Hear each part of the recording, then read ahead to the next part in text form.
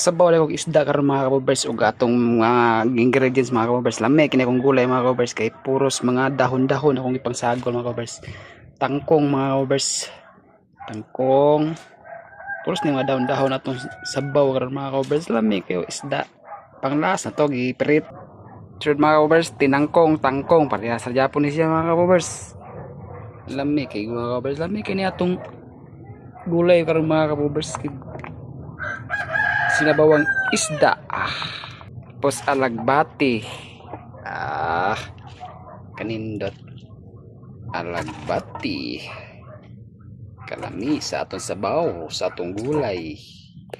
Wow. Ug ang atong kamunggay mga kabobers. Ana. Atik na.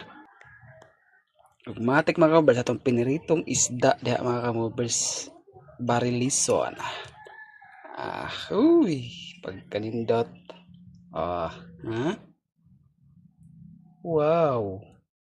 Para mga kabobers, luto na tong sinabawang isda gulay. Wow, kaon na ta.